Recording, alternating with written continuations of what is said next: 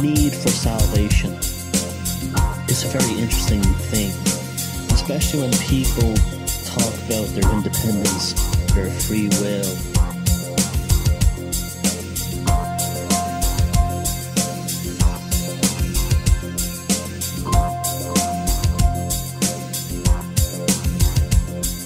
If you need someone to save you, or you need a counter culture or mainstream culture savior, someone who validates your opinions, you're really a slave.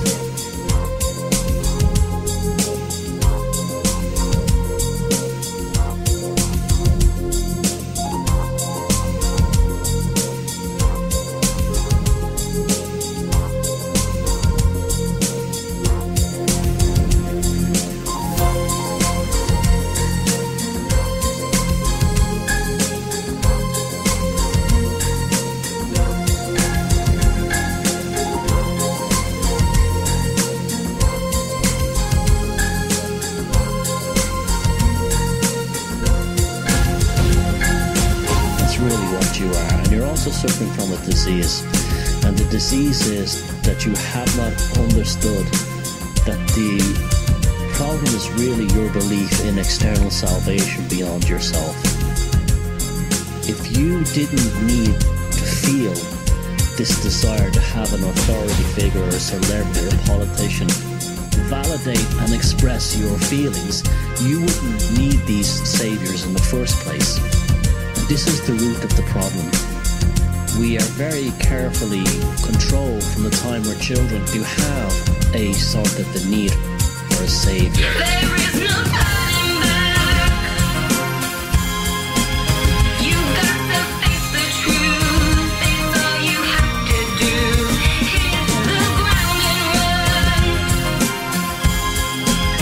Take a second glance towards the rising sun. You grow up with that picture of Jesus Christ with his Dionysian beard and long hair, and his softness and his Aryan looks.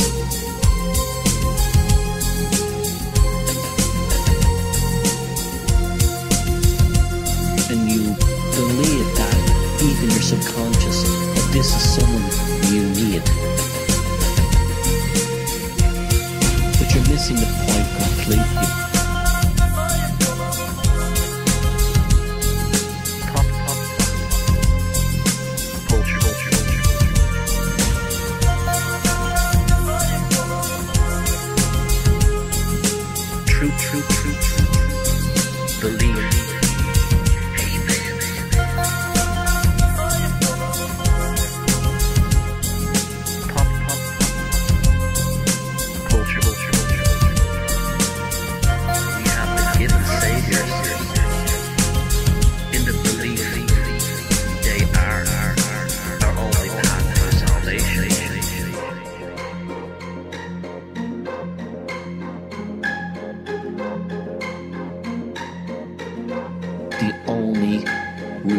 Salvation is your own ass.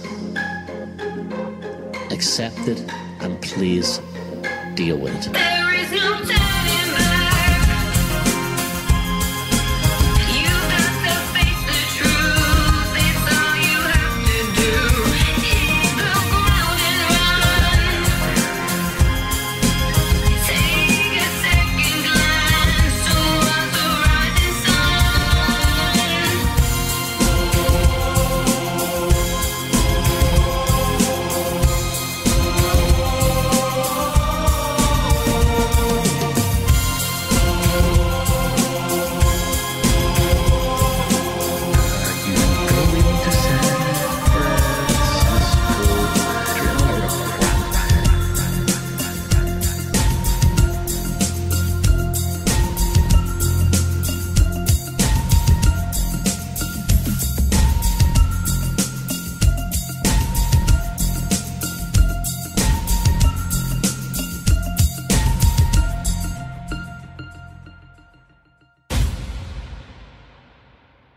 Greetings everybody, and welcome to the first Velocity of Now of 2018 with me, your host, as ever, Thomas Sheridan.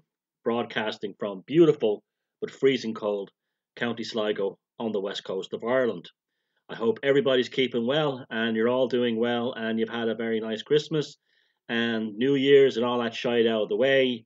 And I just can't do these broadcasts as much as I would love to because it takes a lot of work. Actually, these are not easy. And I don't make any money from it other than a few pittance on YouTube advertising, and it's just a lot of time and effort to put in there.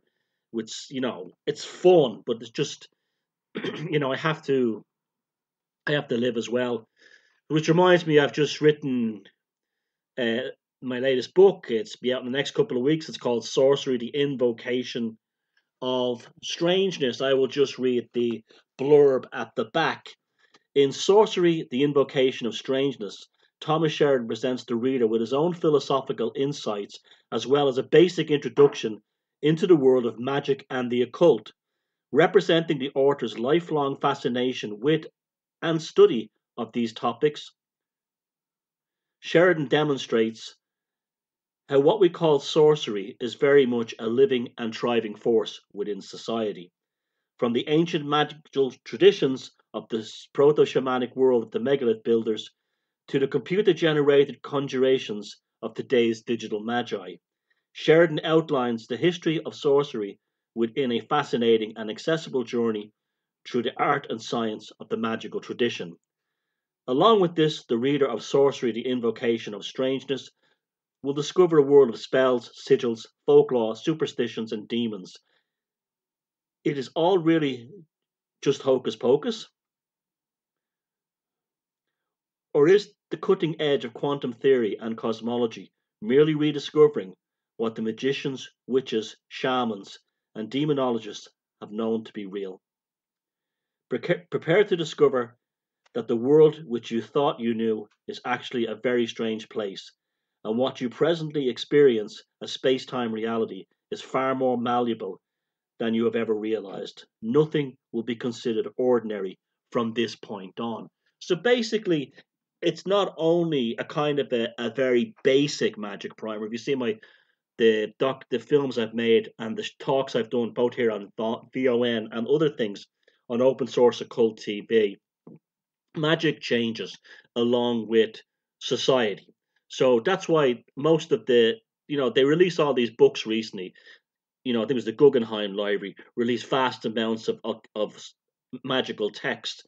They're all great for study and reference, but a lot of the spells and the conjurations and so on in them doesn't work anymore. Other than, nobody goes to work on a steam train anymore.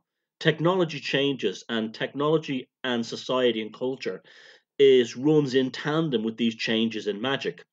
Magic can affect future changes, but it can't live in the past. Certain things do work. Certain things will always work, just like the numerical system always works within numbers, and the alphabet is always necessary within in literacy and stuff like that. So there are fundamentals that do exist, but since the chaos magic of the 70s, it's where it's apparent that things have changed. We live in an age of incredible technological advances and compression of technologies. Complex 5-hour grimoires that were performed in stately homes back in the Victorian eras are irrelevant today. They just don't work because we don't live in that world anymore. Now, they may have aspects in them that do have meaning and purpose, and things can be found from them, just like the ancient magic of the proto-shamanic megalithic world has that also. But things are changing. So this book is sort of like my own history of looking at magic, as well as there's actually, if you're interested in actually trying to do magic, there's some basic ideas in there. It regard even things regarding salutations in the morning to how to use certain magical, minerals and crystals and so on. And I think you'll find that it's a good second part to the Druid Code, because the Druid Code dealt with this in terms of mythology and megaliths. This will take that and bring it into the world and the history of basically Western magic from this point on. It's not going to be a complex grimoire. There's thousands of books out there doing that. It'll be well illustrated, and I hope you find it interesting. And I will talk about particularly from an artistic and point of view. how art and magic are far more deeply connected than, you know, you can even begin to imagine. So, Sorcery, the Invocation of Strangeness, will be out in a couple of weeks, and you can get all that at thomassheridanarts.com, as well as www.streetdruid.net. And don't forget, I have two YouTube channels. This one, Thomas Sheridan Arts, and Open Source Occult TV. Please subscribe to everything, and if you like what you hear, share everything. It's a funny time at the moment. I just mentioned there on Facebook, and I've been talking to other people that there's a kind of a psychic disconnect at the moment. I woke up this morning and there was a couple of psychotics had left very abusive messages, personal messages towards me on Facebook and on YouTube. And then I found another one, two more on YouTube, and they were beyond the regular, like, "Oh, you're full of shit," or "This is bullshit." They were the strange kind of vindictive, hateful, psychotic flare-ups that I get now and again. We all get now and again. So I just mentioned on Facebook: is it me, or are we witnessing some kind of cosmic change or event? I think it's definitely on a global scale. Now, you know my theory on Renfielding, that Renfields, they basically, what a Renfield basically has, a discordant daemon inside them. An entity or a walk-in has jumped in and has taken control of their cognition at certain points. Like when elephants sense a tsunami coming, they run to the mountains. These discordant daemons inside these Renfields, or these dysfunctional meat golems, usually a lot of them are either psychotic from general psychosis, or heavy cannabis use, or alcoholism, or mix of both, those kinds of things. And this thing panics because it sees the foreshadow of the future. I'm going to be doing a major project in the months to come, by the way, on the sorcery of 9/11. That hasn't been properly looked at yet. You know me, I don't really touch the 9/11 thing because it's a minefield of, the conspiracy is the conspiracy kind of thing, and you just don't know what to make of that, really. If the conspiracy is so dangerous, then how come people who've sold the conspiracy, like Alex Jones, and I'm not putting Alex Jones, is a multimillionaire now, if he's so dangerous? I have to so I'm not interested in the conspiratorial part of 9/11 that much, but there definitely is, from talking to the people I know in my everyday life. I was quite amazed in recent times how people who would never had any interest on any level with the 9/11 conspiracy thing are starting to talk about it. It's really strange, and it's built. And again, it's the Rosetta Stone, or the alchemist stone, the philosopher's stone of Building 7, that always draws people out of the normie conformist world and into the shadow side of this whole control grid. And so that's something to look at. But at the moment, everybody seems irritable and uptight. And speaking to people on my Facebook page, that's what they've been talking about. How they've been feeling crap the last few days, how everyone at work has been moody and grumpy, how people have lashed out for no reason, particularly monstrous creatures have attacked them for no reason. Now, you know me, I'm very much in favor. This is one of the reasons I keep certain controlled specimens around. If I identify someone who has these behaviors, I generally will get rid of most of them, but I'll keep a couple of them around as a controlled subject, as a control specimen. And they're very useful for sort of like the psychic weather kind of idea. And you can see where they go and how they respond. The things to look out for are extreme passive aggressiveness. Now, I'm talking about making a hurtful or a rotten personal comment towards you in how you look, and then putting a winking emoji or a smiling emoji, or then saying later on, "I was only joking." I take passive aggressiveness. I people who are very passive aggressive, I consider them on the same level as near pedophiles, and very close to psychopaths. In fact, many of the reveals of psychopaths is passive aggressiveness. Now, I'm not talking about harmlessly taking the piss. I'm talking about it never stops. They never stop taking the piss. Never stop. There was this one piece of shit here in Ireland that she was a host on an internet station with 14 listeners, and just a welfare knacker who wants to overthrow the country. And she was very passive aggressive, very, very. And I got rid of that thing as soon as I saw what a freak and a phony that was. And we all know these people. We've all met them. Passive aggressive marks. They pretend to like you, and then they try to, and it's hurtful and it's demeaning, and then it's followed up by, "I was only joking. Get over yourself. Get rid of those fuckers and get them out of your life.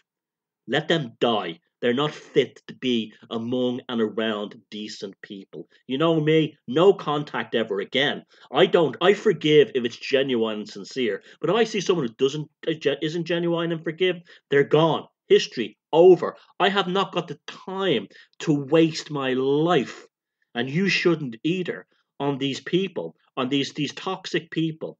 They're extremely toxic. Now look out for them, the extremely passive aggressive types, that with the winking and the winking emojis and the smiling ones after they've made a hurt that could be taken as a hurtful comment. Believe me, they meant it that way. And saying "I'm only joking" is a fucking liar. They meant it that way. This is part of, you want to move humanity and society forward. Passive aggressive motherfuckers are part of the process we have to eliminate, because it's a repugnant trait that somehow became normalized. And it's not the same thing as harmlessly taking the piss. Like if you're in a band and that crap, and you know the crap, and your friend says, "Oh, you were shit, but it was a good laugh."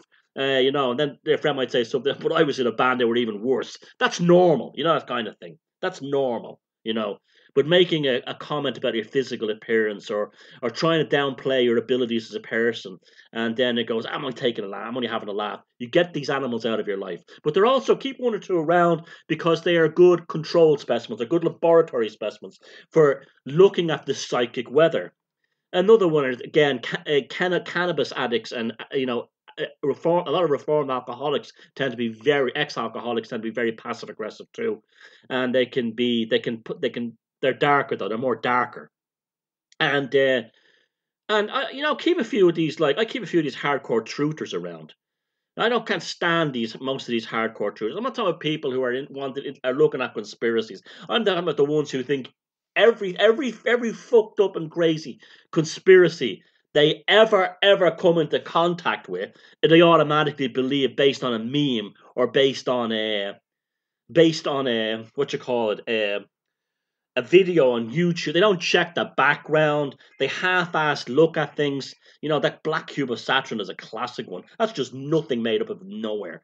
And they all believe it. And then, you have these experts. I'm a researcher. Researcher means watching videos. A lot of these truthers can't read and write as well. I found that out when I'd be doing talks. When I did a lot of talks around England and Ireland, years back when Puzzling People first came out, they used to come up to me and say, "I'd like to buy a copy of your book, but I can't read and write." Yeah, these are grown adults, and yet they think they know all about vaccines, and they know all about, the conspiracy and stuff. That doesn't mean they're stupid. They could not read and write for lots of reasons, and they still could be smart. They still could be intelligent. They could be great mechanics or whatever, or artists and stuff. But I'm just saying, I always found that interesting, So, but there's 80% of these types are harmless and nice people. You get like a 20% core who are vicious bastards, and they just think everyone who doesn't agree 100% with them is a shill. Either it's a shill or you're a Zionist. You have to agree with everything they say 100%, no matter how crazy the conspiracy. Look, even little things like that famous picture, the chemtrails. The famous picture of the water ballast tanks inside aircraft. And this is the chemtrail gas tanks. And for 10 years, people have figured out, and it's been well known, that their water their aircraft is testing. They move the water around while the aircraft is flying to simulate passenger loadings or passengers moving throughout the plane. Obviously, you can't do that with real passengers on a brand new plane in case the fucking thing falls out of the sky. So they put water on it, and they move the water around through these tubes, through the different tanks. Oh, to this day, here's the before being gas. Oh my God! Chemtrail bombers! My God! Oh my Christ, God! And this kind of thing. It's ridiculous. And again, a lot of this 20%, they're fantastic controlled specimens and laboratory types. I don't bother slagging them. I'm not bothered. I don't want them. I don't want them in my lives. They'll never come to see my talks. They never support me in any way. All they do is leave abusive comments on my videos and on other places. And they think you'll never make them happy. You will never content them in any way. You could actually you could show them what they think is a conspiracy, and believe me, I'm down with conspiracies. But I need at least plausible proof, not a picture or a meme or something that has like a triangle with an eyeball in it on top of the meme. This is supposed to be some kind of proof. They're almost like you could almost run like a it's like a performance art thing. It's like they should have I could see like a performance that you'd have down in Soho or somewhere, or in the Lower East Side of New York, some snooty gallery, and you'd have like a jazz sort of crazy jazz band that plays like incredibly wild jazz, and you'd have these truthers talking over it, and you'd have an arts program saying, "Ooh, I'm Radcliffe Montagu Felchman the Fourth, and I'm the owner of the Cramp Gallery in Soho and also in Manhattan. I am a socialist. I'm a Remain. I hate Brexit, and I despise Trump. He's a loathsome man, loathsome. I'm a multi-millionaire. I inherited money from my parents, and I run this gallery. And we decided to open it up to the truthers. These people we brought them in with the Murray Finkelstein quartet with Scott Felchman, my cousin, on drums, and we had them recite truther poetry while we showed videos behind them of animals being slaughtered. It was magnificent. It got me into the Observer, Arts Review, the BBC, New York Times, and we charged exorbitant rates. And here is a preview from the last show we did with Nigel Truther, who very kindly showed up to perform along with the Murray Kleinman quartet. Titanic Peter Foyle. Titanic Peter Foyle. Peter Foyle, Titanic. Titanic. Peter Foyle. Titanic Peter Foyle. Titanic Peter Foyle. Titanic Peter Foyle. Peter Foyle. Peter Foyle. Peter Foyle. Titanic. Titanic. Titanic. Titanic. Peter Foyle. And yeah, like that's those types, from like that was just Nigel that had there at the art gallery in Soho. That's the type I'm talking about. The irrational, vicious, nasty, they're great control specimens. But they're all flaring up at the moment. The worst kinds are all flaring up at the moment. And what does this mean? Well, you heard me say earlier on about the elephants who know a tsunami is coming. Well, are these people foreshadowing some global event that's on the horizon that may be quite dangerous or bad, or from the dream project we did here in the Velocity of Now a few years ago. The accuracy was astounding. The explosion in China perfectly predicted, and the horrors of the Bataclan, people having dreams saying that and it was there. I mentioned it the week before, and then it happened. It was horrible that there was something was going to happen in Paris and in an art center, and then we had that horrific attack by those jihadist pieces of shit. And so let's hope nothing is coming. Because usually these control specimens, when they start Renfielding and they start behaving in this toxic and vicious manner, it's a sign that something is coming. So anyone who's two dead eyeballs in their head and it suffers from cannabis psychosis or whatever, keep an eye on them.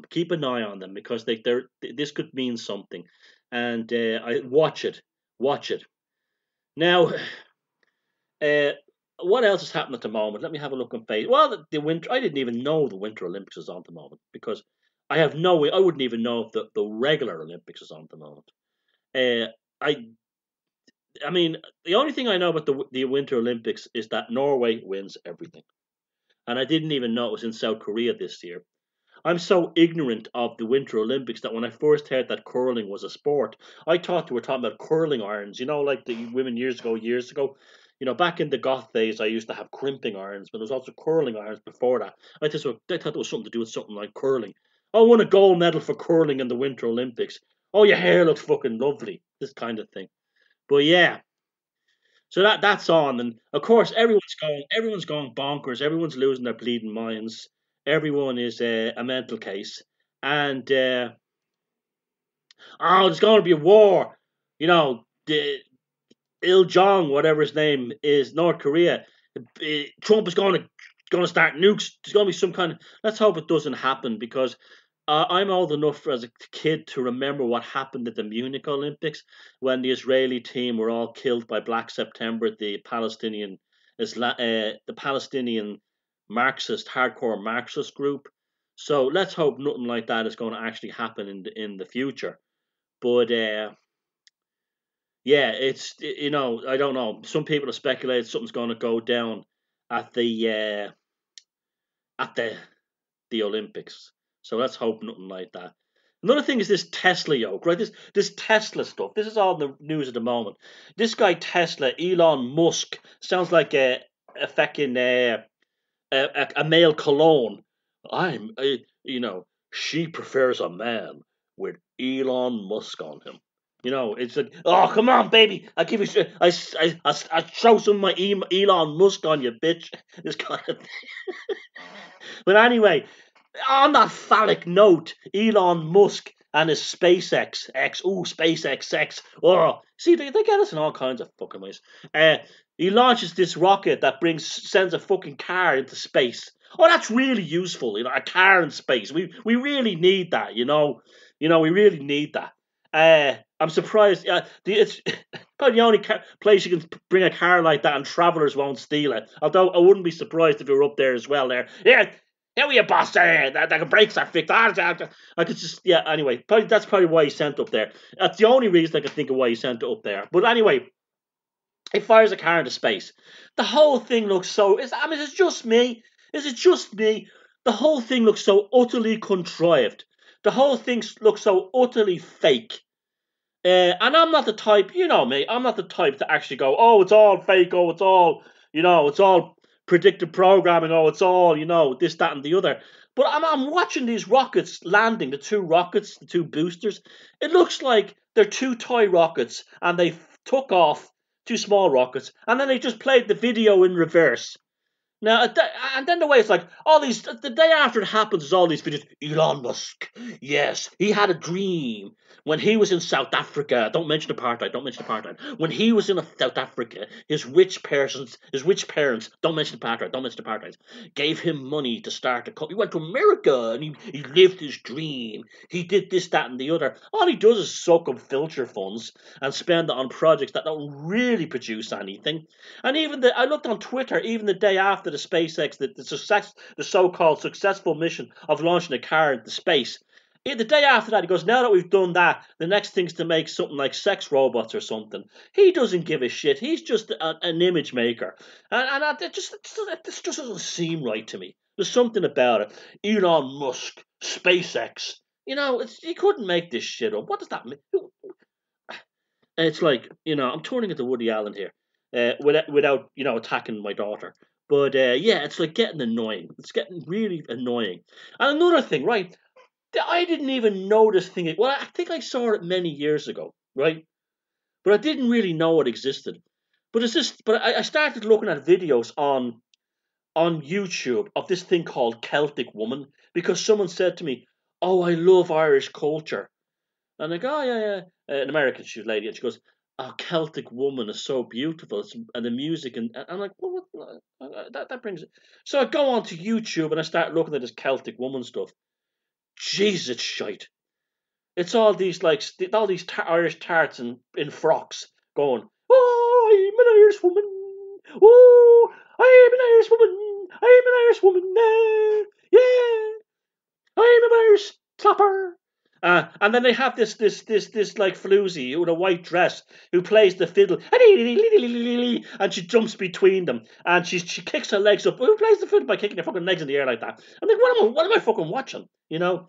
And it's like, you know, ooh, Danny boy, little tart jumps around. Yee, the pipes are calling. Look at my fancy dress. Ooh. And then you read the comments, and they're all like Americans. And then you see the numbers they get on YouTube. And then I found out that this stuff is this Celtic woman thing is gigantic in America. And yeah, I don't think anyone in Ireland has even heard of it. If they did, it'd probably be a revolution. What is this shite? What is this crap? It's like twee circus. Just oh god awful. And she's jumping her little tag. Wee! Oh, Danny boy, the pipes are calling. God, it makes Riverdance look like 9-inch nails. It really does. It makes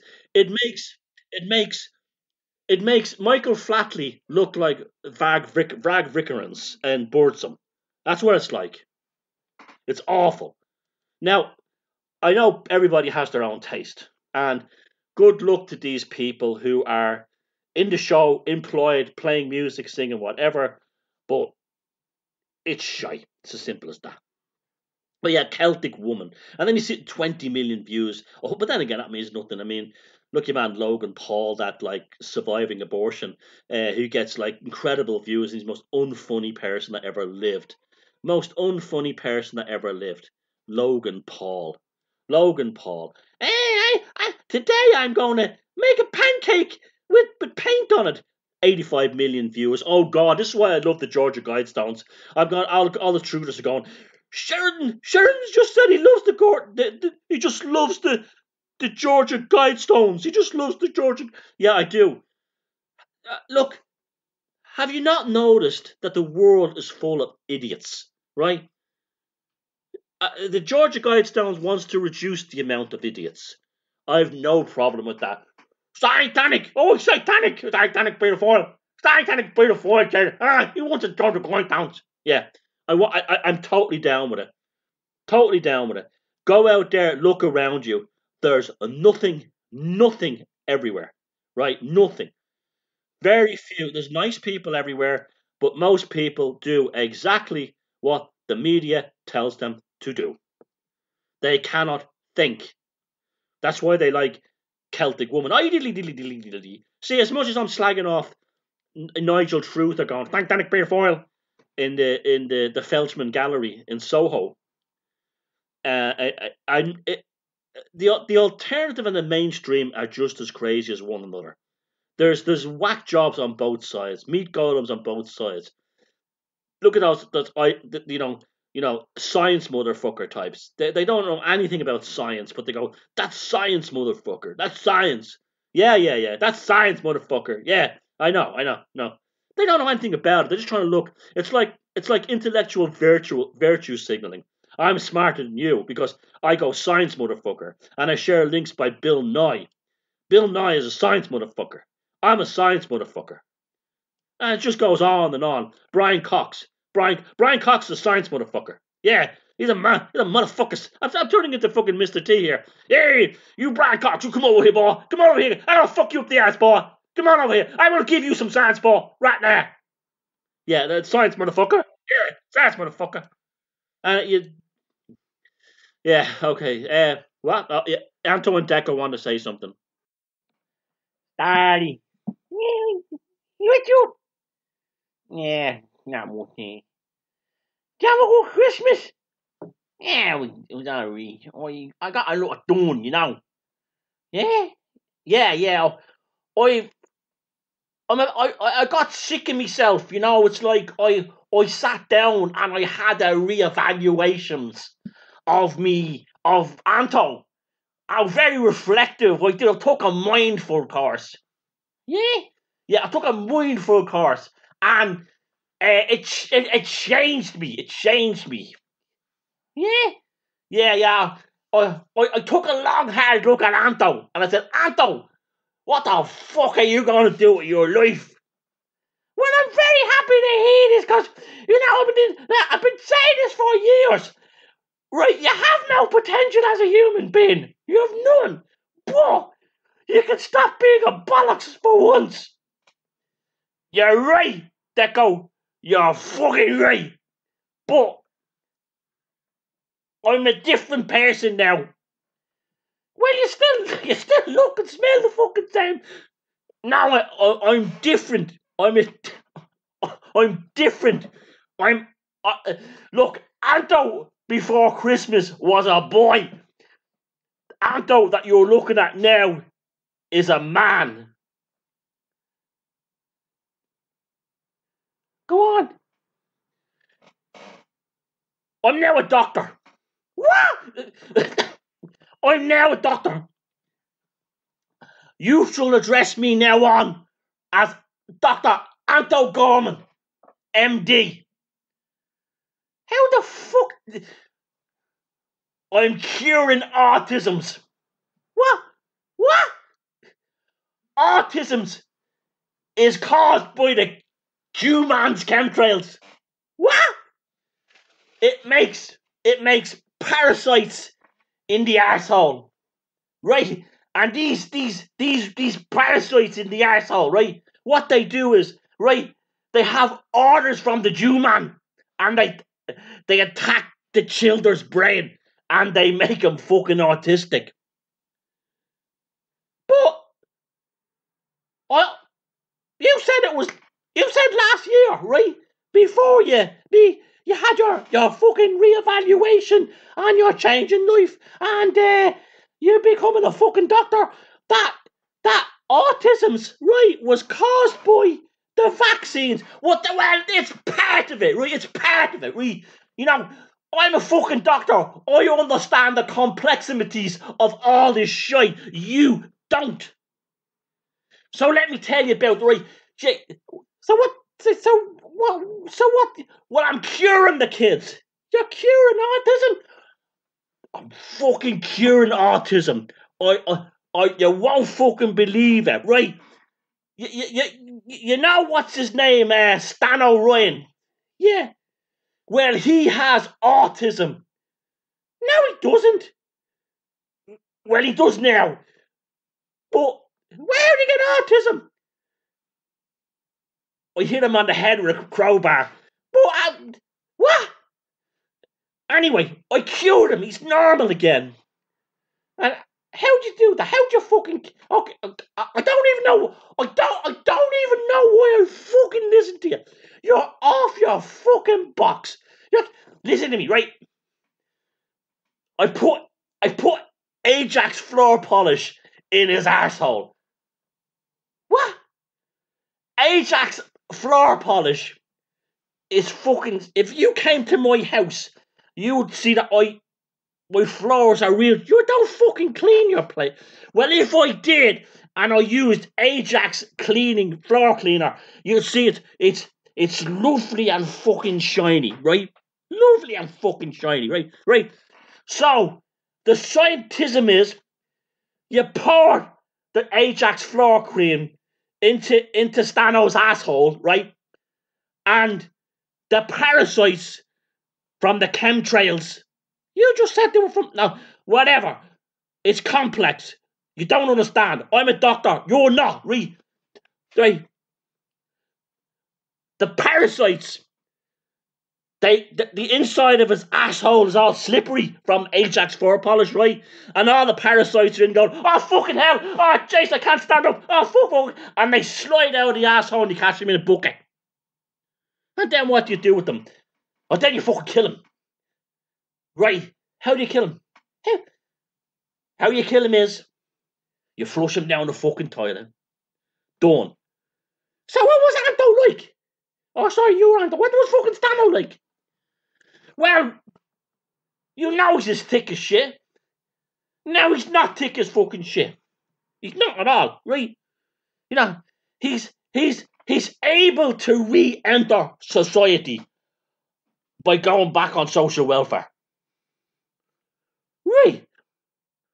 So you gave Stano autism, yeah, and you cured Stano of the autism, yeah, using the Ajax floor polish to get the parasiticals out of his bum. You fucking got it. But this doesn't make you a doctor. Excuse me. The legal profession is not real. No. The legal profession is all about Freemasons, Freemasonicals. The Freemasonical satanicals, right? What they do is they don't know more than you. They don't. We know what you know what they be doing at the medical school for 6 years. They do be fucking riding each other up the arse because they're all a bunch of homos. That's what goes on in the medical schools. They teach them nothing. Fuck all. Fucking nothing, right? And then they come out and they give them a piece of paper. Well, I don't have a piece of paper. Well, you have Rizzler papers for your fucking 20 Smiths. Yeah, well, I don't need that because they are deep state fraud doctors. I'm like Dr. Quinn or Dr. Gorman, Anto Gorman, medicine woman. So you had a sex change too? No, don't be fucking funny. I'm very emotional about my work. I get very involved, you know. It's like when someone says to me, my child's fucked up, right? And when I see them transform, right? It's a fucking miracle, right? Right. And it's all because of $3.99 I get it in little Ajax floor polish. So you charge them $3.99 to put fucking floor polish up their holes and cure their autism. Well, I charge them $399 because I'm a doctor now, right? So I'm good, you know, I have $399. I have to, you know, they're paying for a service, right? You know. So did Stano give you the money? No, because he's still signing on to social welfare. He'll be on Tuesday. Hold on a sec. Deco, we have a word from our sponsors now. What? We have sponsors on the Anto and Deco segment. Well, when did this happen? Oh, well, I didn't want... You see, because I'm a doctor, there's prestige, you know, comes in. Well, what are we advertising? Mac Rapist Cider. How the fuck did you get the Mac Rapist account? You know, doctor, anyway, here's a word from our sponsor, Mac Rapist Cider. Mac Rapist Cider. Put a baby inside her. Mac Rapist Cider. Welfare provider. Mac Rapist Cider. Her legs will open wider. Mac Rapist Cider. Your welfare provider. What the fuck was that? That's the jingle. That's the jingle for Mac Rapist Cider. And if you want to get Mac Rapist Cider while you're getting your Ajax floor polish at discount euro, it's going for 44 cans for a £5 on social welfare and children's allowance day. I just don't know what to say. It's like you just said you're transformed. I'm completely transformed. I'm coming back after Christmas. I had a fucking nice Christmas. Oh, lovely. And next thing, you're telling me you're a fucking doctor who cures autism. The show has an advertising account with Mac Rapist, and you're not telling me anything. Because I'm now a member of a secret society. What? And you're not. Well, how did this happen? Because now I'm a doctor. But you just accused anyone who's a member of secret society of being, you know, in league with the deep state and they can't be trusted. Well, you can trust me. Why? Sorry, my voice went down to everything. Why? You can trust me because I'm Anto Gorman. Anto Gorman is a man who stands by principles. Anto Gorman is a man who wants to help humanity. Anto Gorman is a fucking twat. Well, that's amazing that the lads found a sponsor. I wish I could find a sponsor for the Velocity of Now. Well, we did have the Droppy, the Bulgaria's favourite laxative account, but we lost that when the Droppy president was arrested for corruption charges. But that's amazing. Anyway, Anto and Deco, yeah, That's what's happening in the world of the. So that's what the truther world has come. That's what the conspiratorial world has come to. It started out trying to understand conspiracies, mysteries, the connection between government and all kinds of strange happenstance and mysteries. And what's it reduced to now? Trying to cure kids with bleach. Autistic. It's disgraceful. The only way I could actually deal with it is by making a comedy sketch about it. It's that sick. But that's what you expect. What do you expect? What do you expect? This is what we're dealing with. It's the world is mad. As above, so below. The mainstream world is mad. Like I said, bring on those Georgia Guidestones. Bring them on, baby. Look at your man. What's his name? Justin Trudeau, right? I don't know whether he's taking the piss, whether he's doing an act, or if he has a hereditary syphilitic dementia from his mother, the well-known slapper from the 1970s who banged everybody and anything. I don't know what it is. But did you see the recent thing where he was on some TV show and he refers to a girl, some young lady's talking in the audience, and he's so politically correct and so virtue signaling. He's almost like a parody of those kinds of people. A girl in the audience is saying a conversation, and she's saying something, and she mentions the word mankind, and he goes, "Can I just stop you there for a second? It's people kind. People kind is more inclusive. People kind." I mean, the stupidity is obnoxious. I mean, he's been quite rightly hammered, and you'd respect. This is why we hate politicians. This is why we hate them. You would respect him if he came up and said it was a stupid comment. Uh, I'm sorry, or if he stuck by his guns and saying, "Yeah, I believe we should replace man with people." But then he issues an apology saying it was just a gag on TV that came out the wrong way. No, it wasn't, you sleazy politician. No, it wasn't. It was a classic politician who screwed up, and instead of admitting he screwed up, or stood by his, better still, stood by his guns. You'd respect him if he stood by his guns. He says, "Oh, I was just making a mistake, you know. I was having a joke. It didn't come out wrong." People kind. Have you ever like what's your favorite team? People Chester United. What's your favorite band? People Fred People, and it's ridiculous. You could just put people on everything. Does that mean that you can change it around that the word people can become man? Like my book, my first book now is called Puzzling Man. It's stupid. It's stupid the way, and it's scary. It's scary in that kind of Orwellian sense as well. As much as it's easy to take the piss out of these people, there are millions of cooks, SJWs, and soft boys out there, and numerous virtue signaling types who will think, "Oh, that's really great. I'm down with that. I don't use the word man anymore. I use the word people because it's inclusive." The world becomes stranger by the second. Because the Great Awakening happened. Did you know that? The Great Awakening happened. The Great Awakening has happened, and it will amplify everything, both negative and positive, both good and bad, both hateful and loving, both brilliant and stupid, both creative and destructive. It will amplify them all in in tandem with one another. There's a symbiotic nature to this. There's a symbiosis there. We've done, okay, I started the show off today and I was in a good mood, a bit of a laugh, Anto and Deco, Nigel Toofer.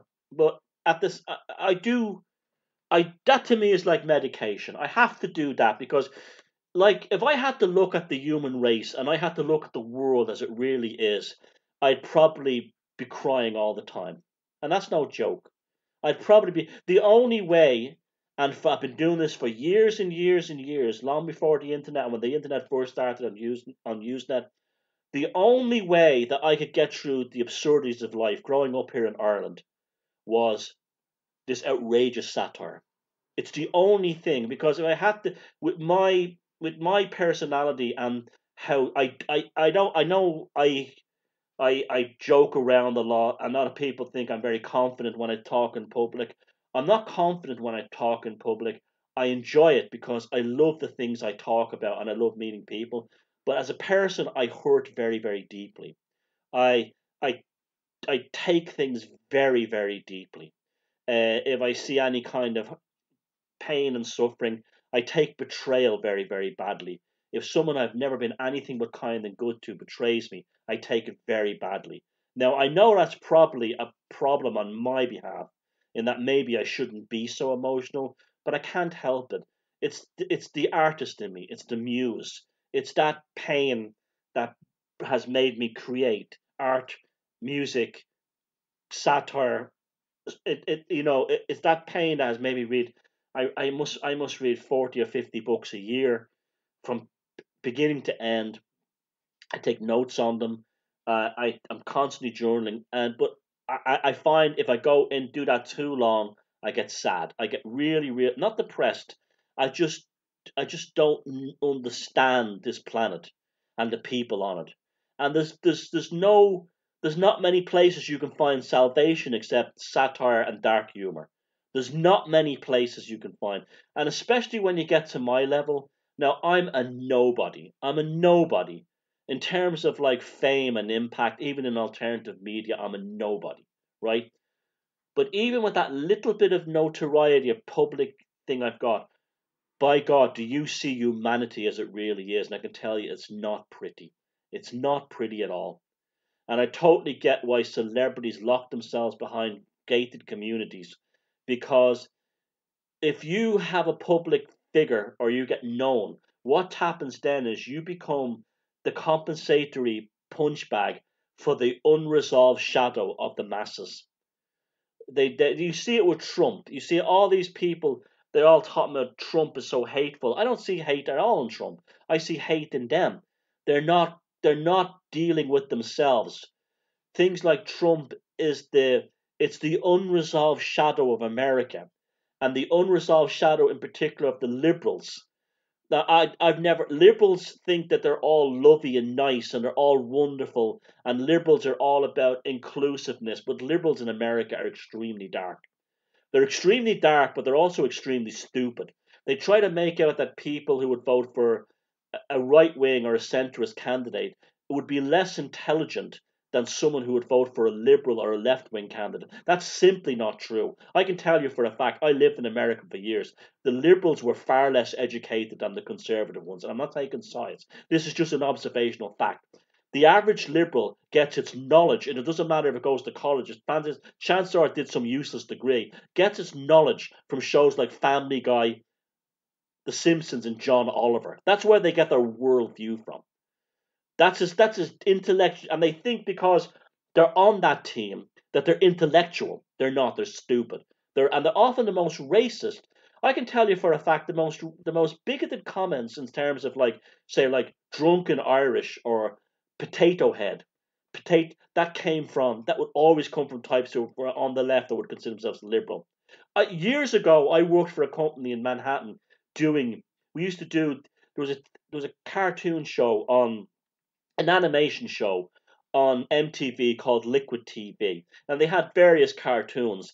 And I did the backdrops for some of them. This company, I was actually an intern because I wanted to kind of break into this world, and the company didn't have a lot of money, and they were nice people and everything. So I worked there for a couple of months in the evenings, and it was a great experience. And they allowed me to express my sort of surreal art, but they had a thing on MTV with this guy called Paulie Shore. I don't know if you remember him. He used to kind of play, I'm Paulie Shore, California, dude, surfing man. It was rubbish. He wasn't funny in any way.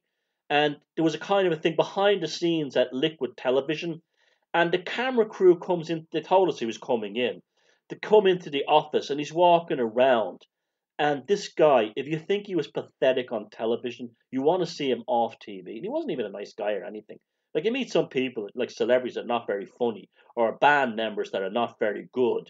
Like I've met people who are big pop bands and boy bands, and they're nice people, and you forgive them if you didn't, even though you think the music is shit. You just that's a nice person, so leave him alone. But he wasn't even that, and he comes up to me and he's going, He hears me talking, and he goes, "So, Mister Potato Head," and I just walked away. They didn't even broadcast it in the end because that was a typical liberal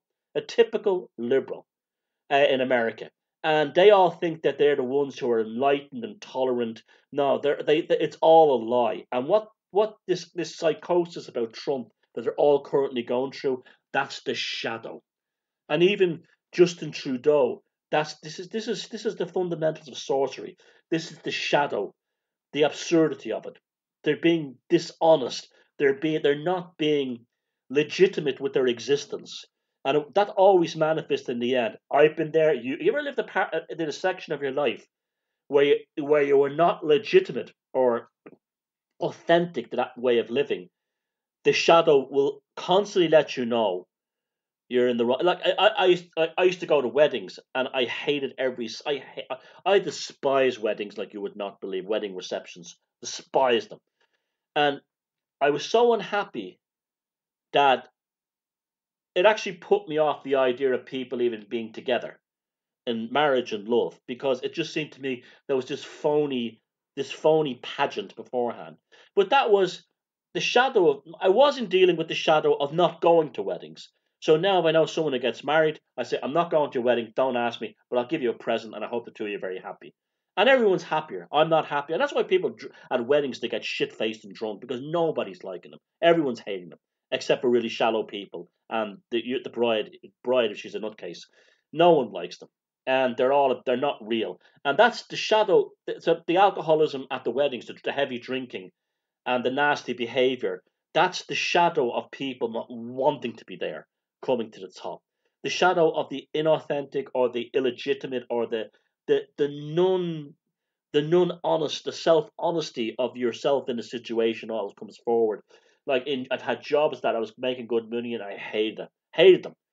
And as a result, I'd get home on the weekends, look at my furrowed brow, and you know that was it. Now, as I got older, I got better at doing employment, because then I learned how to master. It's the thing that comes with age. You learn how to master. You switch off after work. So I got better at that. I stopped giving a shit, and that's my interest in magic and sorcery really helped me a lot with that, especially chaos magic and stuff like that. The idea of inhibitory gnosis. If you get my new book, you'll read all about this idea of letting it pass through you. And these people have a resistance to change, both social change, political change, and think that they can, but their anger or their rage or even their ridiculous people kind virtue signaling will not act as a buffer to the emerging new zeitgeist as it's coming along. It will not happen. There will be no emerging zeitgeist. It will not happen for you and benefit you if you have resistance to it, if you put up a barrier to it. It won't happen. You've got to let it pass through you. I mean, I could sit there thinking about, this is what's a lot of people are getting involved in the ultimate scene, the conspiracy or the truth you're saying. They think that they can change it. And this is fundamentally the problem.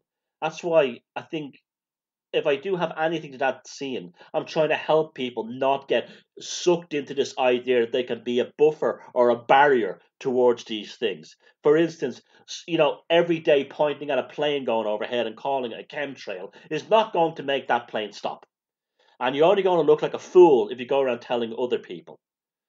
It's just you have no power over it. You may say, I'm a social, I'm an activist. It's not going to change. It's not going to happen. Same with other things. You must learn how to be invisible. I wrote a poem years ago. I don't have it on me right now, called "How to Become Invisible," and the poem was quite a long, and all the stanzas were about how do I deal with a job I hate? I become invisible. How do I deal with a world I don't fit in? I become invisible. How do I, and so on like that. And what I meant by invisible is what's meant by invisibility in the cult sense, hidden. So it's almost like you have to develop a kind of a dissociation where you have your normal everyday self, but inside you, there's another world altogether that's detached from him. And that other world inside you is not trying to change the normies or to make them see your way. That other world inside you is your true self escaping from this kind of fake daemon on the exterior that you have to do to navigate society. So it's one of the I used to always hate Irish people who were into English soccer, mad about British soccer. It just drive me up the fucking wall. It's not even your league, it's not your country, but it's like us, we, them, us, and naming a team and a country on the other side of the Irish Sea that they couldn't even find on a map in a city, that they couldn't even find on a map until they would ask me about football, and I'd say, well, I follow a League of Ireland club, Bohemians, and they go, they're shy, this kind of thing. Now I just tell them, and have been for years, I'm not into football, but I still go to watch Bows play, and I still watch them on TV. Which when the league starts this weekend, on a Friday, this Friday they're playing the Rovers on TV, and I'll watch that and I'll enjoy it. But I won't tell anybody about it. I don't care. I don't play that game. I don't go with the. I don't play that, and that's how it's been in lots of things. And I think it's a good way to live. You become invisible. By invisible, you don't disappear. The part of you that's filled with creativity and opinions you can't state in public and passions, and it's almost like you have a secret. It's like when you have a secret crush on someone. It's the most difficult thing in the world to express to that person the depth of feeling that you are carrying inside you, the levels of affection and appreciation that you and an admiration you have inside you for them, because it's socially wrong. But that doesn't nullify the feeling it gives you inside. It doesn't take that away. The same thing with this idea. Inside you are your passions and your interest.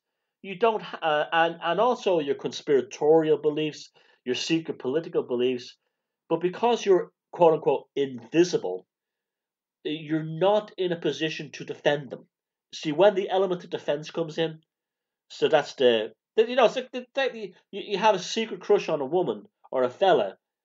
You don't tell them in many cases for fear that they will laugh at you and say, I'm not interested, I don't find you attractive. Well, same thing with these kind of invisibilities. You don't tell them because people will start challenging you, because the old cognitive dissonance thing kicks in, and that's also a codependency as well. It works on both sides. That kicks in, and you feel like then it's spoiled. But if someone sits there talking to you, like for me, it's the other way around. I get people come up to me, oh, they're killing us with chemtrails, Thomas. Isn't it terrible? And I'm going, yeah, I guess. And inside, I'm saying, look, mate, I really don't know anything about aviation that much. I haven't seen great proof of chemtrails. Uh, Geoengineering, while it does exist, that's very different than being gassed with chem bombers. But I don't want to cause an argument with that man or woman, so I just keep it to myself. That's just how I am. I just keep it to myself, and everyone's happy. It's cordial. There's an element of diplomacy, but inside me, I have my own opinion. I'm not being a phony or a fake by pretending I agree with that person. That's also shadow. That's also killing your shadow as well in a bad way. I just I just deal with it. I just accept it, and I just say, say la vie. You know, plus c'est la chance, plus c'est la menchise. The more things change, the more they stay the same. It's very true. It's very true. And you have to remember that your emotional feelings you have inside you, someone else may have had them in the past. For example, could you imagine being an atheist or someone with a visceral hatred of the Catholic Church in Ireland when the Catholic Church had huge power here in the 50s, 1950s? Could you imagine that? Right? It's the same thing that many of us are feeling today in terms of the societies around us, the plastic nature of the society, the plastic condition of the society, the lie of the society. It can often drive you mad. It can really put you down. It can really hurt you. Like I've had, and then you do, if you're going to stand up to something, a behemoth of that scale, the behemoth of that scale is not going to change. You know, Like, for instance, something happened to me here. I almost became homeless not too long ago. There was a major disaster in my house. The wall fell down at the back. It pulled the roof over and caused all kinds of leaking in the roof. And it crushed all the central heating and water pipes because the wall fell down on top of them. And this is coming into winter. This happened before Christmas. So I've spent this whole winter with no central heating. Luckily, I have an electric heater and I have a gas heater. And I got, like, lucky I had a dishwasher, so I don't have to worry about the cold water for washing up. And I have a decent dryer and tumble dryer and clothes washer. But it was bad. I mean, it was bad. The house was literally falling down, and I'd nowhere else to go. And luckily, some friends, is what they say, that's what friends are for, came in and gave me enough for me to solve the problem in the short term. So at least I'd have a roof over my head that wasn't leaking, and during the winter. And I'm grateful for that. And that's what it's really all about. But that's over and done with now, and I have to find a way to now fix this problem.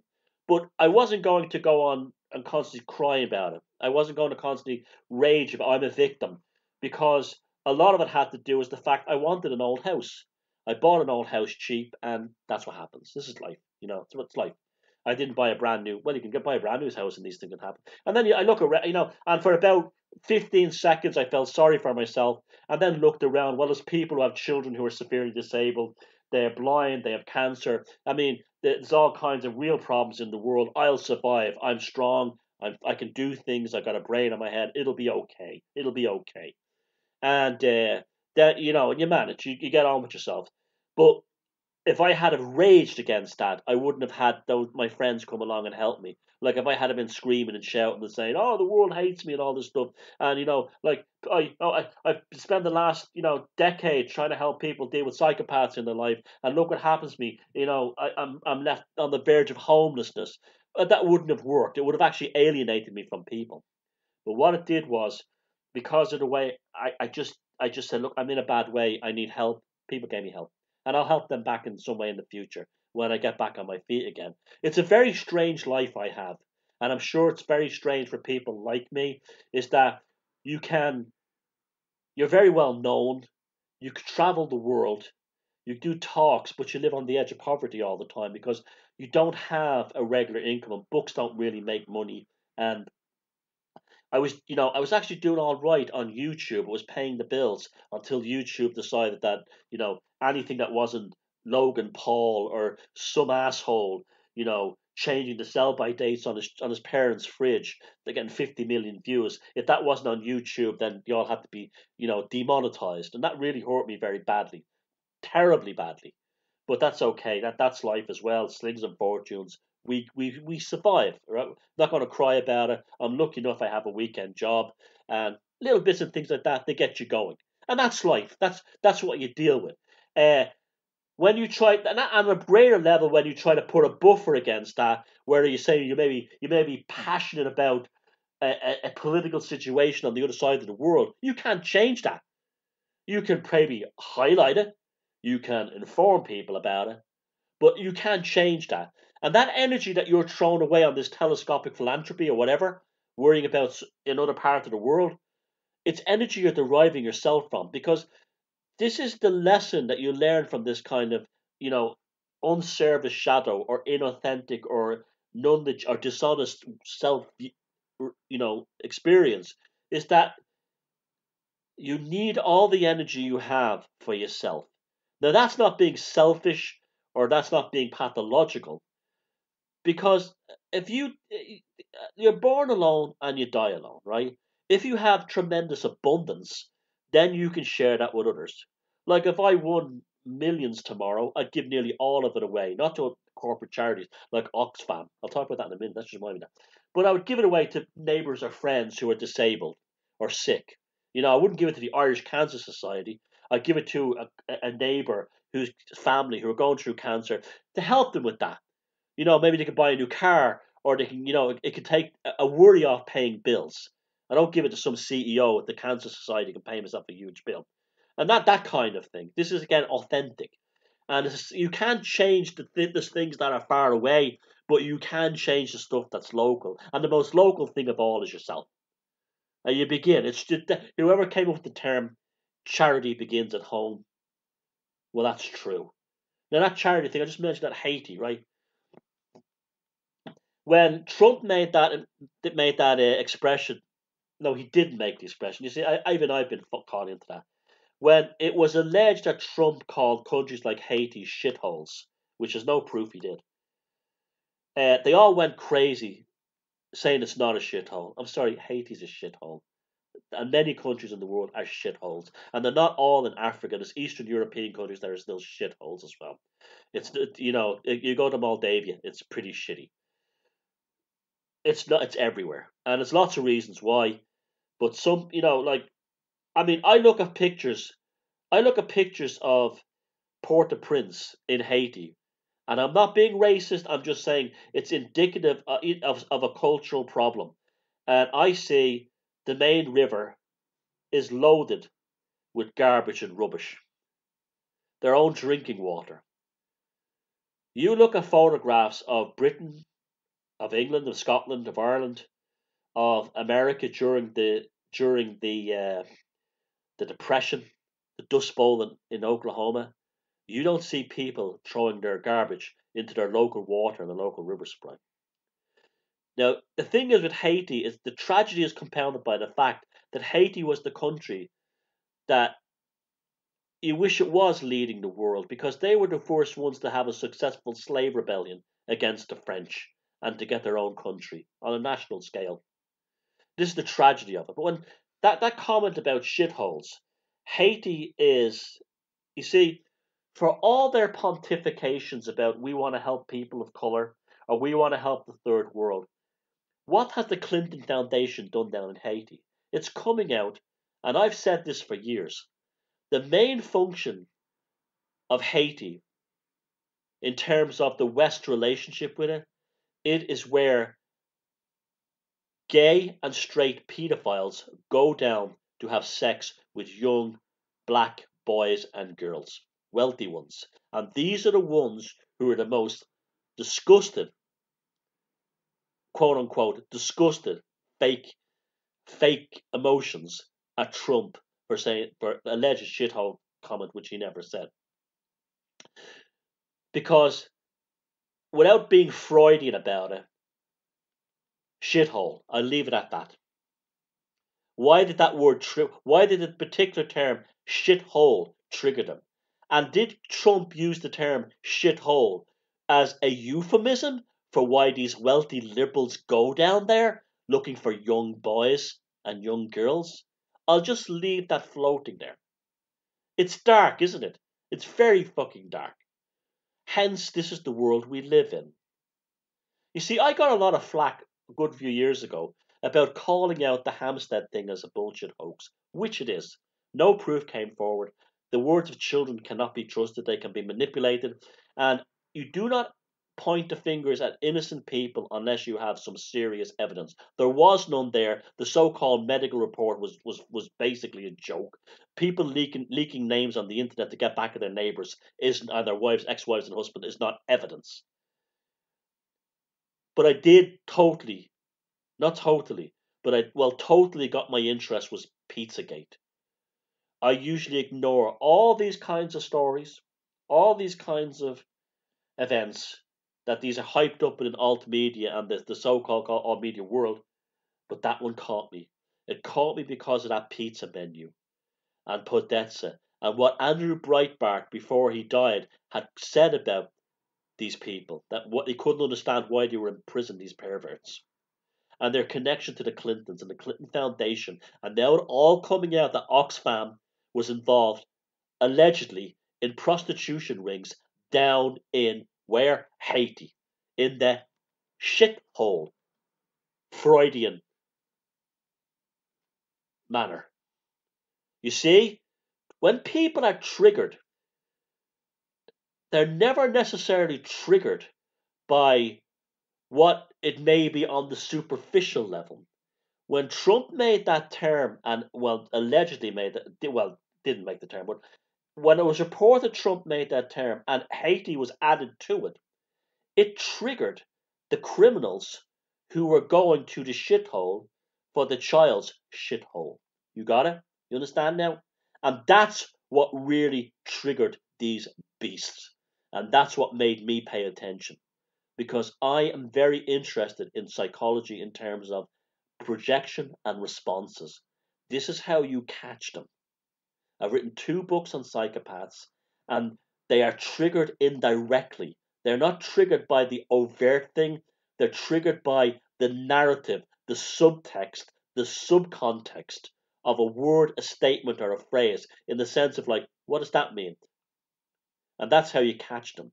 It's like the whole thing of saying, it's true, like they say to them, they're saying, you know, uh, number 23, Eccles Street, you were there last week? Oh, well, I wasn't in the area. Well, the place was broken into. And, hey, listen, I didn't take old man McGuire's watch. And then he goes, how did you know old man McGuire's watch was taken? Shithole, Haiti. You understand? The response is what does it. I'm sorry we're going into nasty, dark places here. Again, this is not a children's show. It's not for work friendly. But this is the kind of things we must be aware of. When I said I think of things deeply, I think about them sometimes too deeply. But unfortunately, like Nietzsche said, you have to stare sometimes into the gates of hell. It's true. These people are sick. And that Pizzagate thing really was something special in terms of maybe taking them down. And the evidence has only mounted for that since what's come out now about Oxfam, the Clinton Foundation, and Haiti. Unfortunately, the momentum was lost because of all these so-called internet experts started bringing Satanism and all this nonsense into it. I despise that. And suddenly, what was just should have been just a perverted ring is now, oh, satanic pedophiles, they're sacrificing babies and they're putting them on pizzas and eating. That kills it. That's why I don't trust these people who push the more outrageous elements of these conspiracies, because this is what killed them. The Hampstead thing, even if it was true, it was dead as soon as they said, and they were cooking the babies in the back of the McDonald's and eating them. Anyone who, if you go to try and prosecute someone in a court case, you don't go in with Z and have skipped all the letters from A. You build the case slowly, incrementally, from the lower plausible ideas up. This is what I do. This is what an intelligent person is supposed to do. You don't come in. This will kill the case on the ground. Like the chemtrails is a good example of that. Instead of, oh, chem bombers, we're being gassed. They're putting gas in them and Morgellons disease and we're being gassed. How about just coming in and saying, and then when that was all shown to be all bollocks, they come out with, it's geoengineering and it's proof it. Why didn't you start with geoengineering? Why didn't you start with the geoengineering thing that you could prove rather than going for the spectacular and making everything look like nonsense? And this is why we have to be careful of conspiracy theory, because the conspiracy theories are often pushed by the mainstream. The 9/11 conspiracy theory, in terms of nanothermite and all that stuff, and architects and engineers for 9/11, was wrapped up and ready to go in the wake of that. And that's why I don't trust them. And all the many other conspiracy theories that get a lot of high profile. Because it's never that. It's never that. They invent them. They invent these conspiracy theories.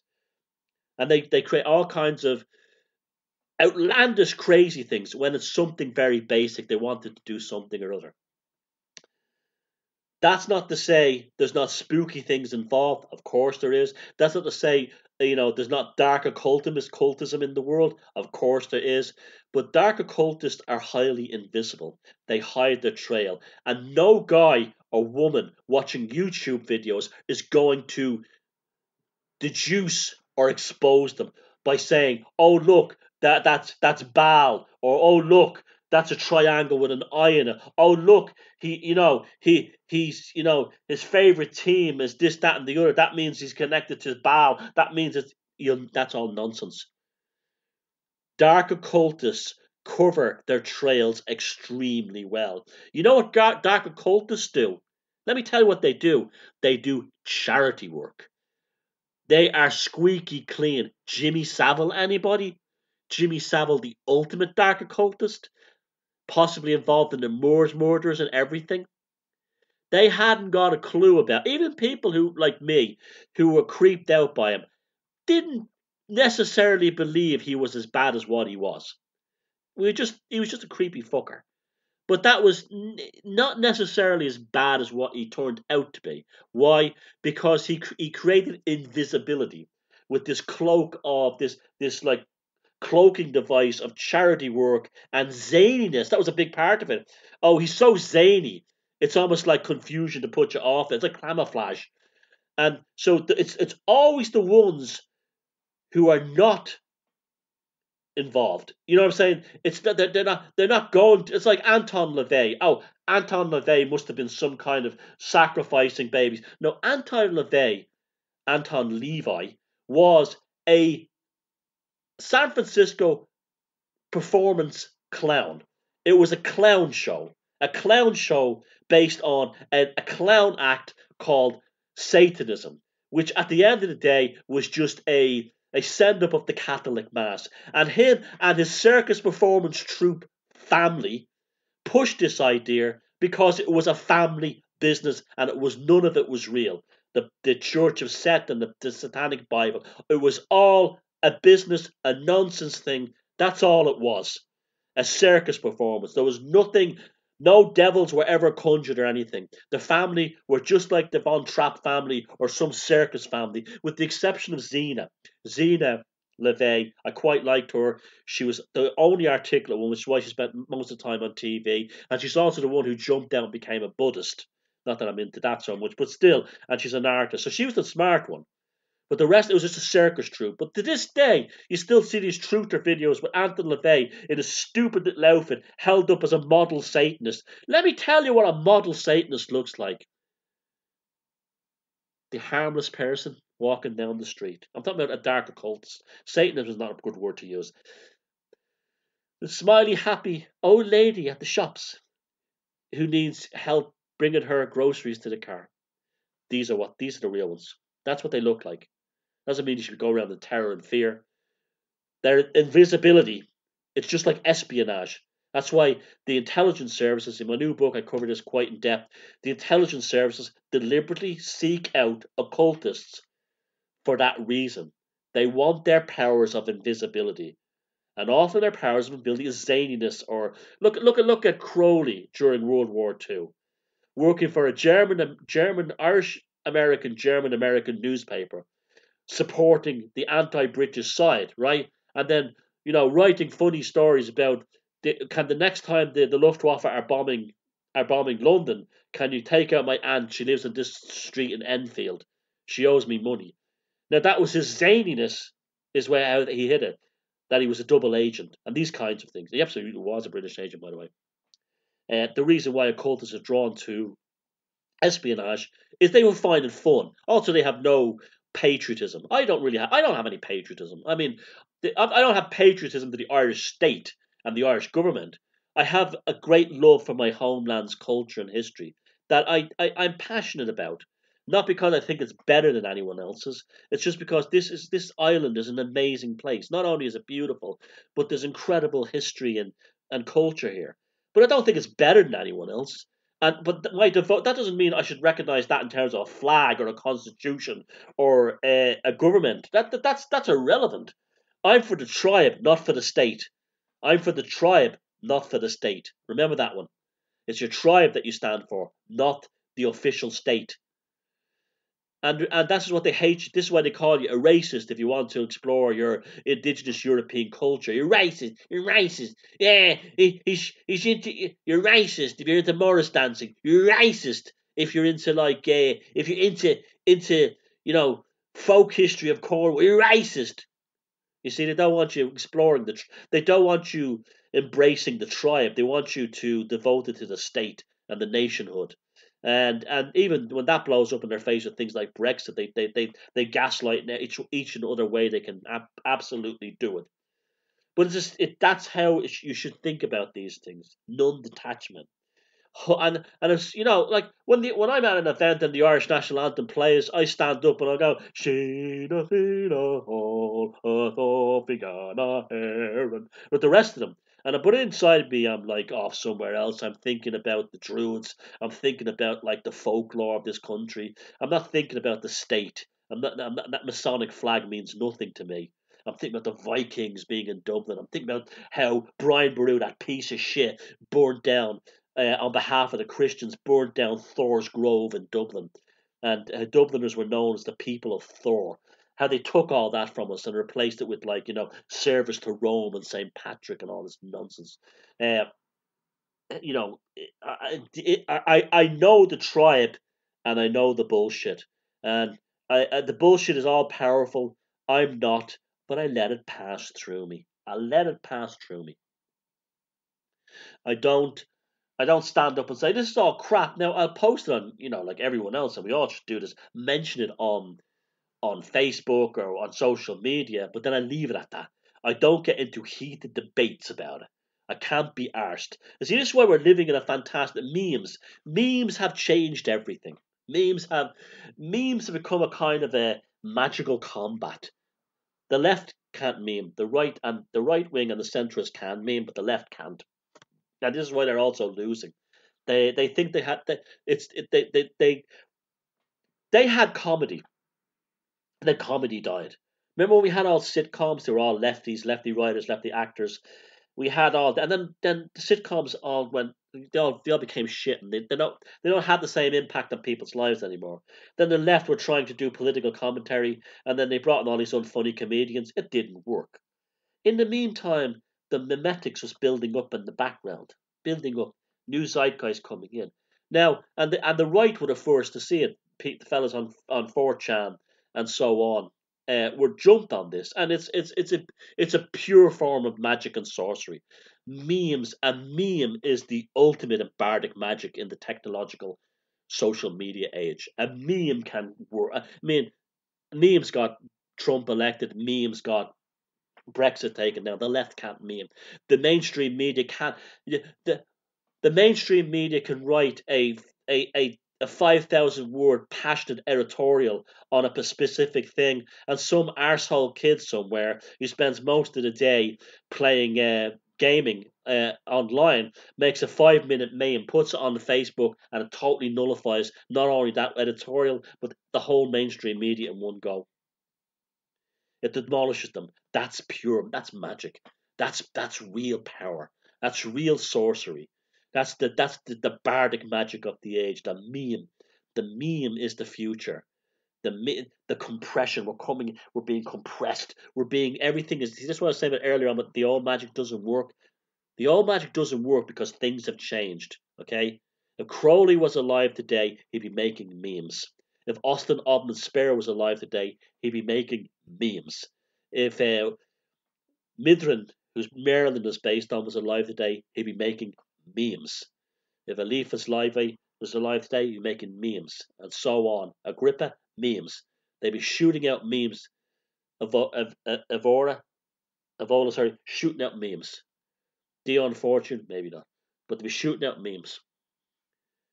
That's the magic. That's the power because you can compress so much within to the symbol or the logos within a piece of card on your screen that you cannot do any other way anymore. So this is they can give themselves Pulitzer prizes until it's coming out of their bum holes. They can do all this, but all it takes is one gobshite like me or someone else. A friend of mine did an amazing Oxfam meme the other night. Well, strippers in the window of an Oxfam shop, just outstanding, magnificent actually, and it works. You can't beat it. You can't beat the meme, and so that's how you fight back. And if someone is offended by that, they're offended by that. If someone is, and they either hate you, defriend you, stop talking to you, or ignore it. The friend you want is the one who holds different opinions than you, and they ignore it. The way you want to be is to be who you are, hold all your deepest feelings inside in this age, and if someone presents information contrary to it, you let it pass through you. You ignore it, but deep inside, your real self, your real feelings are invisible to it all. And within that, it becomes a greenhouse of consciousness because you're not defending it anymore. You're not defending these feelings anymore. You're not defending these beliefs anymore. And within you, they become, and I'm not talking about political ideas or anything, I'm talking about everything in your life. It becomes a greenhouse of potentials, which blossom into fruit that allow you to create, and flowers that make you a better person with a stronger charisma. You have the grace of the gods, which is what charisma means. That instead of alienating you from people, it draws people to you, and you're still the same cynical motherfucker inside. So that's why I don't even like politics. I don't care about politics. I can't stand it. Politics to me is an entertainment thing. I don't care about what politics means. I just find it entertaining. Like Trump getting elected was incredibly entertaining. So was Brexit, because I knew that the response to that would be hilariously entertaining, and has been. And like even in Ireland, the last few weeks, they had Nigel Farage over and a few people. They talked about like an Irexit, and I was asked to get involved. Would I get involved in getting Ireland out of the European Union? I just said no, thanks. That I'm not interested. I just don't want my name around politics anymore. Not that I don't take an interest in it.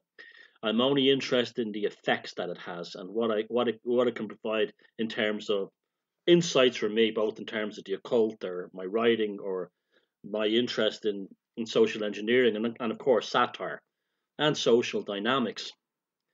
And it's never been, even the psychopath stuff, that was never a passion of mine. That was me trying to understand bizarre things that had been done to me by certain people in my life, and trying to get around that. And I discovered this stuff about psychopaths. I said, oh, I should share this with the world. But I never had the same passion or enjoyment with that I have with things like. Although I'm still glad I did it, and I will continue to do it because it is important to people in their lives. But I'm more passionate about things like art and the occult and literature and this kind of thing, 40 and things. That's what really makes me happy. I did an event there before Christmas. The video was on there at AwakeCon in England, or very, very good conference organized by Taj and Sarah. And I love that. And you can see the video somewhere there. And I did a thing called Demons Decoded. And I really enjoyed the esoteric stuff because I think I'm one of the few people that actually knows about it in alt media. Most people in alt media, they're just spewing, Christian nonsense about demons and satanic pedophiles and all this nonsense. I don't go there. I look at the stuff and see what's in it for us, what does it mean, and what does it do for culture, and what can we learn from it, as well as the interest. That really interests me. I love. I can get onto a stage and talk about things like that and be very, very happy. It's not because I'm confident because I do my work. I'm confident on stage talking about these stuff because the subjects fascinate and intrigue me. Speaking of talks, I'm going to be some dates are coming up and some talks are coming up. At the end of this month, February 21st, in Peterborough in England, I'm doing a thing with Doomwatch, Alec Gerns. Ostara, the Magical Dimensions of Spring. That's February 21st. I think it's a Wednesday. Yeah, it is. And it's from 7 p.m. to 11:30. Now, Peterborough is dead easy to get to. It's on the East Coast main line between London and Scotland. I've got some friends from Scotland who are coming down for it. And it'll be like over 2 hours talk about the meaning of spring, the esoteric aspects of it, our quantum entanglement with the seasons. Again, this is the stuff I love, and that'll be a good night out, and that's on the 21st of February in Peterborough. If you go to my site, thomassheridanarts.com, you can see the ticket. It's only £7 in, which is nothing for an event like that. I don't sit on stage saying the same things over and over again. I make sure that every event I do is completely new. Every talk I do has as much new stuff in it as possible to make it interesting. I'm not a repeater, so you won't hear anything that you've heard 1,000 times before from me or anyone else. So if you can make it for that 21st of February in Peterborough, £7 in, 7:30 to 11 p.m. It'll be great. Right, a beautiful venue, by the way. Then there's also Megalithomania in Glastonbury, I'll be there with Andrew Collins and Hugh Newman and JJ and a few other people, Robin Heath, and my I'll be doing a talk there on two things: the sigils and stone, the sorcery among the megaliths and the sacred sites, how they affect us, what really is there for us in terms of a magical effect on us, and also I'll be doing some information on the mysterious round towers of Ireland, and I'll probably have a new book out on the round towers of Ireland that I've been writing for a while for megalithomania. And that's what I love getting at. I love old history, I love ancient mysteries and that kind of thing. And that's in May 12th to the 13th at the Glastonbury Town Hall in Glastonbury, England. And also, if you live down under, there's it's looking like it will happen in July. I'll be doing a tour of Australia. The promoter over there is trying to sort it out.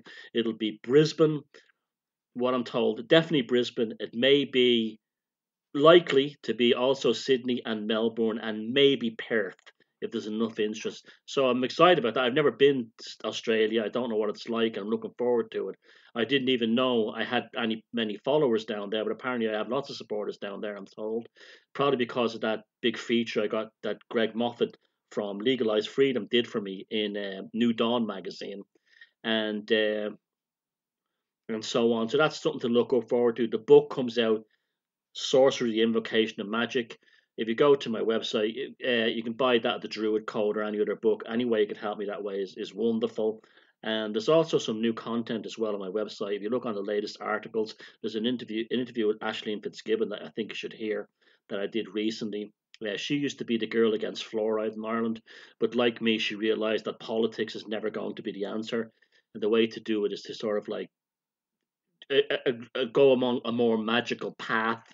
And I've known Aisling for years now, and we've had an interesting kind of journey in this, and we've both gone on a similar way out of it. So it's very good to listen to that, and try not to get too caught up in politics. Try not to get too caught up in the ways of the world. It's good that we know about psychopaths and corporations and big government and all this kind of thing. It's good that we know about the darkness out there, but don't let this wash over you. And enjoy life. Life is for living. This flower, spring will be here soon. The flowers will still grow. Remember, you're part of a continuum that has no beginning and no end.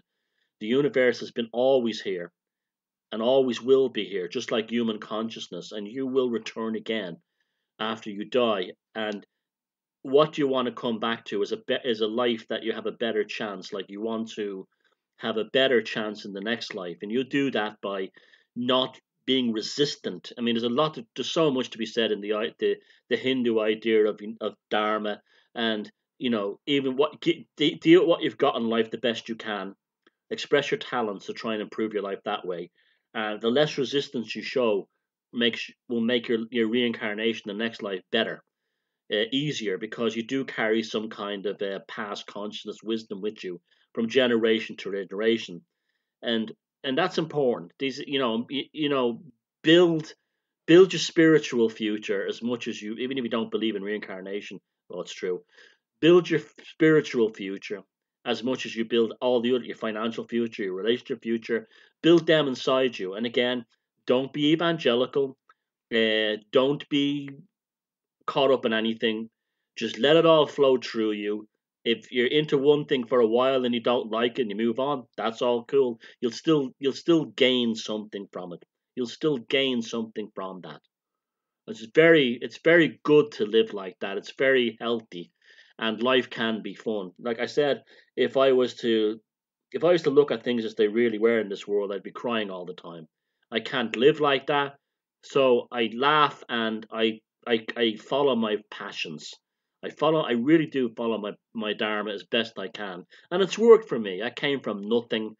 I had been in a band in New York. I did lots of things. I worked in Wall Street. I came from nothing and did a lot of things. I've been up and down over the years, and I wouldn't change any of it, even the bad times, because it's all part of the monomyth, and that's the way to see your life. When someone damages you in your life and you survive, you're a hero who survived the monster. If you are given a difficulty to deal with, it's a quest. And along the way, I can guarantee you, if you live your life like the monomyth, if you live your life like the monomyth, the wizards, the knights, and all the help, supernatural, the fairies, the goblins, even the hobbits will show up. All the adventurers will come along with you to give you help and to help you along the way. But only if you embrace the monomyth as it is. Only if you deal with the monomyth as it is. Instead of running away from it, either into pharmaceuticals or political rationalizations, expecting some political system or individual to sort it out for you, or some law change or some government change, it won't happen. You will never be living a self-honest life, and you will always be in a state of shadow and projection and being triggered. So I hope you enjoyed the show. I know I always promise that I'm going to make more. I would love to, but as I said, to put together a show like this, I want it to be entertaining. I want it to be funny.